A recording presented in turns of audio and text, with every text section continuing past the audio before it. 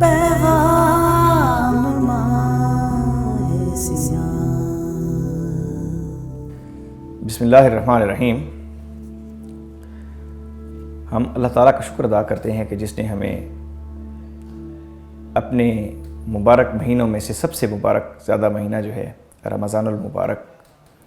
اللہ تعالیٰ نے اس تک پہنچنے کی ہم سب کو توفیق عطا فرمائی ہے۔ رمضان کی ان بابرکت گھڑیوں میں ہم امت مسلمہ کے لیے اور یہ جو وبا پھیلی ہوئی ہے اس کے حوالے سے اللہ تعالیٰ سے ہم یہ دعا کرتے ہیں کہ اللہ تعالیٰ اس وبا کو بھی ختم کر دے اور اللہ رب العزت مسلمانوں کے گھروں میں رحمتیں نازل فرمائے، برکتیں نازل فرمائے اور اللہ رب العزت امت مسلمہ کی حفاظت فرمائے۔ خواتین حضرات، ہم بہت شکر گزار ہیں بھکر نیٹ ورک کے کہ جن کا یہ پروگرام جاری ہے پیغام ماہ سیام۔ اس میں ہمارا آج کا جو موضوع ہے وہ رمضان المبارک کی برکات اور فیوز کے حوالے سے ہم گفتگو کرنے جا رہے ہیں۔ برکت بنیادی طور پر افزائش کا نام ہے، نمو کا نام ہے، ترقی پانے کا نام ہے، اور رمضان وہ مہینہ ہے کہ جسے سید الشہور کہا جاتا ہے، اس لیے کہ اس میں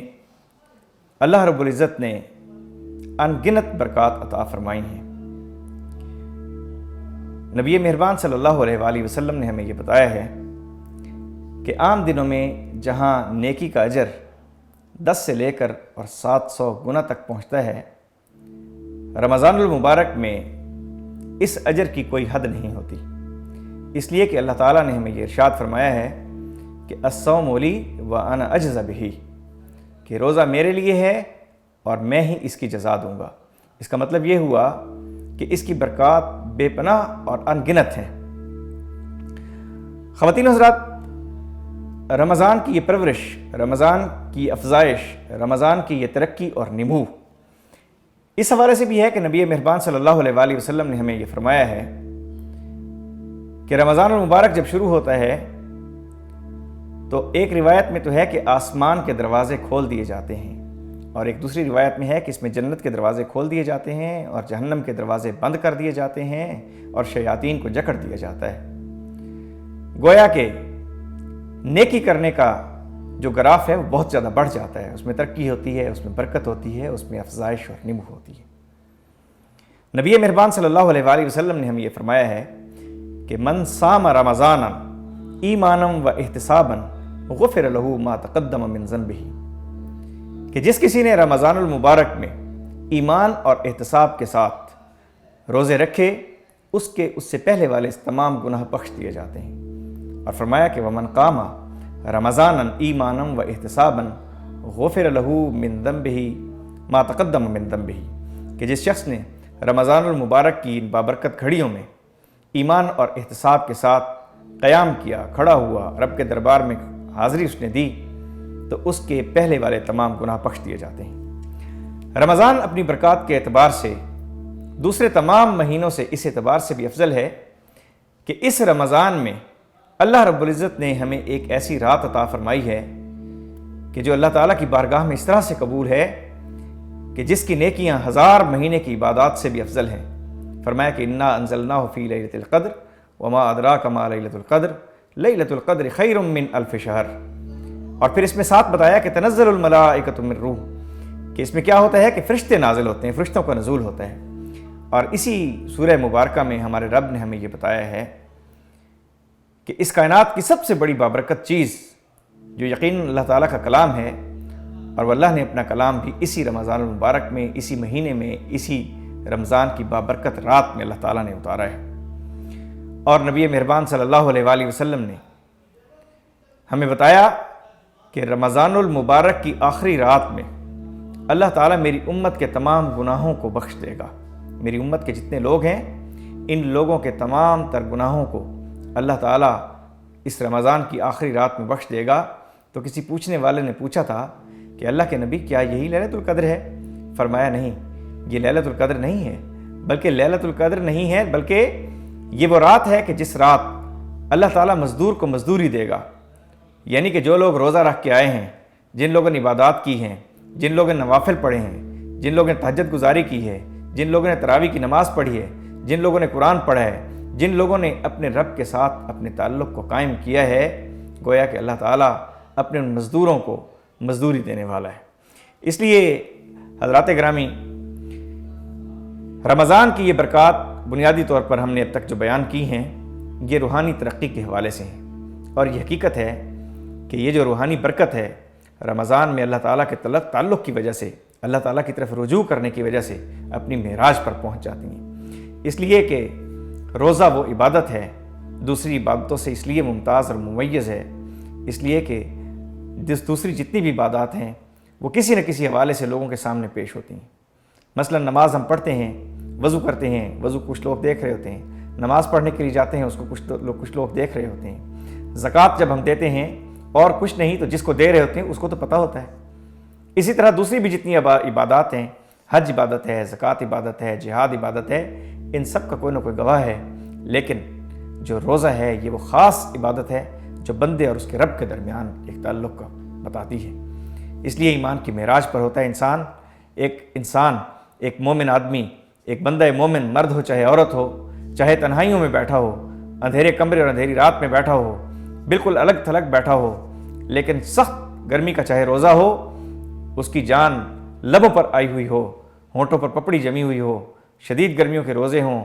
دوپہر کا وقت ہو، اور وہ ٹھنڈے ٹھنڈے پانی کے ساتھ جب وضو کرتا ہے تو اپنے منہ میں لیا ہوا پانی وہ بار بار تھو تھو کرتا ہے، کہیں ایسا نہ ہو کہ ایک قطرہ بھی میرے حلق سے نیچے اتر جائے، گویا کہ اس کا ایمان اس بات پر کامل ہے کہ میرا جو رب ہے وہ میری شاہ رگ سے بھی زیادہ قریب ہے۔ خواتین و حضرات، یہ تو روحانی ترقی اور کی معراج تھی، اور روحانی ترقی کا سلسلہ تھا جس میں اللہ رب العزت نے یہ برکات ہمیں ارشاد فرمائی ہیں۔ اس کے ساتھ ساتھ، روحانی ترقی کے ساتھ ساتھ رمضان کی برکات دوسری بھی ہیں جو ہمیں اور طرح سے نظر آتی ہیں، جنہیں ہم دنیاوی بھی کہہ سکتے ہیں، جنہیں ہم جسمانی بھی کہہ سکتے ہیں۔ مثلا زکوٰۃ ہمارے اوپر سال میں ایک مرتبہ فرض ہوئی ہے، لیکن رمضان کی برکت ایسی ہے کہ آپ جہاں بھی دیکھیں گے تقریباً 99.9% لوگ ایسے ہیں جو اپنی زکوٰۃ کا حساب رمضان میں کرتے ہیں، اور اس طرح سے روپے کی چہل پہل اور روپے کی دوڑ دھوپ شروع ہو جاتی ہے۔ روپیہ سرکولیٹ کرتا ہے، روپیہ اور پیسہ برکت حاصل کرتا ہے، روپیہ ایک جگہ سے رکا ہوا نہیں ہوتا بلکہ روپیہ لوگوں کے درمیان گردش کرنے لگ جاتا ہے۔ اسی طرح جہاں طاقتور لوگ اور تگڑے لوگوں کے لیے بھی روپے کی ریل پیل موجود ہوتی ہے، وہیں پر ہمارے رب نے ہمیں رمضان میں ہی صدقہ فطر ادا کرنے کا حکم دیا ہے، گویا کہ سوسائٹی کے امیر اور کھاتے پیتے لوگوں سے پیسہ حاصل کر کے غریبوں اور محتاج اور نادار لوگوں تک پہنچانا ہوتا ہے۔ تو رمضان کی برکت کا ایک حوالہ ہمارے پاس یہ بھی موجود ہے۔ اس کے علاوہ خواتین و حضرات، رمضان کی برکت کے حوالے سے آپ اگر ایک نظر دوڑائیں تو عام حالات میں ہمیں جو کھانے میسر نہیں ہوتے،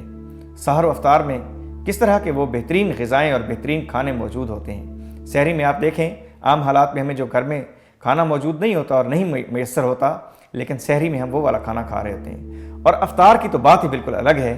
کہ افطار میں تو دسترخوان بھرے کے بھرے ہوتے ہیں۔ کب عام دنوں میں ہمارے ہاں پکوڑے بنتے ہیں، کب ہم عام دنوں میں کھجوریں کھاتے ہیں، کون سے ایسے فروٹ ہیں جو ہم عام دنوں میں کھاتے ہیں۔ یقیناً ہم یہ کہنے میں حق بجانب ہیں کہ رمضان ہی کی برکات ہیں کہ جن کی بدولت شام کے وقت اللہ تعالیٰ دن میں بھی برکت دیتا ہے، اور ہمارے رزق میں اللہ تعالیٰ اس طرح برکت دیتا ہے کہ ہمارے روزمرہ کی بنیاد پر ہمارے دسترخوان بھرے ہوتے ہیں۔ میں دوبارہ عرض کروں گا کہ نبی مہربان صلی اللہ علیہ وآلہ وسلم نے ہمیں یہ بتایا تھا کہ میرے تمام تر امتی جو ہیں وہ جنت میں داخل ہوں گے، اور جو لوگ روزہ دار ہوں گے اللہ ان کو برکت بھی دے گا، اور وہ جو روزہ دار ہوں گے، جو رمضان میں ایمان اور احتساب کے ساتھ روزہ رکھیں گے، وہ جنت میں داخل ہوں گے۔ لیکن خواتین و حضرات، ہم نے یہ دیکھنا ہے کہ برکت سمیٹنے کی شرائط بھی اس کے ساتھ کچھ لگی ہیں، اور وہ کون کون سی شرطیں ہیں۔ اس میں پہلی بات تو یہ ہے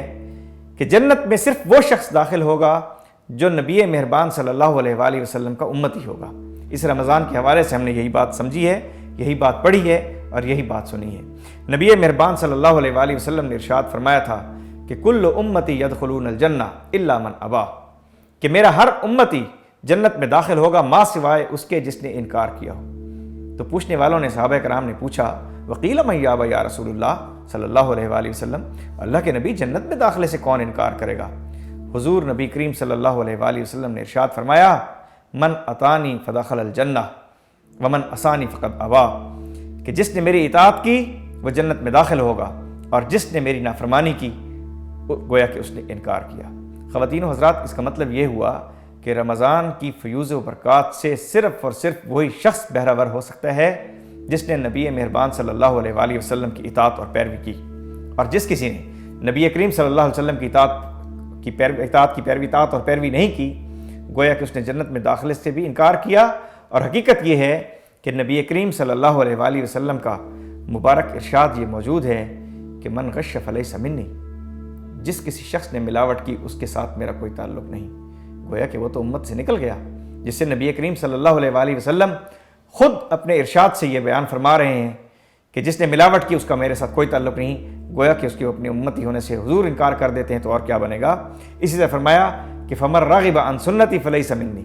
کہ جس شخص نے میری سنتوں سے انکار کیا، جس نے میری سنتوں سے منہ موڑا، وہ بھی مجھ سے دور ہوا، اس کا بھی میرے ساتھ کوئی تعلق نہیں ہے۔ خواتین و حضرات، اس کا مطلب یہ ہوا کہ ہم عام دنوں میں جب ملاوٹ کر رہے ہوتے ہیں، نبی کریم صلی اللہ علیہ وسلم تو یہ فرما رہے ہیں کہ اس کے ساتھ میرا کوئی تعلق نہیں ہے۔ اب ہم اپنا جائزہ لیں، کیا ہمارے پاس دودھ خالص ملتا ہے؟ کیا ہمارے پاس بازار میں چیزیں خالص دستیاب ہیں؟ کیا جب ہم بازار میں گوشت لینے جاتے ہیں اس کی دکان پر دیکھیں تو ہمارے تو حالات مختلف ہیں۔ ہم ایک چھوٹی سی چیز، بالکل چھوٹی معمولی سی سبزی، گاجر اور آلو اور گوبھی لینے تک جاتے ہیں تو اس میں بھی کیفیت اور ہوتی ہے کہ آگے کچھ اور چیزوں کا ڈھیر لگایا ہوا اور پیچھے کچھ اور ہے۔ رمضان المبارک ہمیں اس بات کا درس دیتا ہے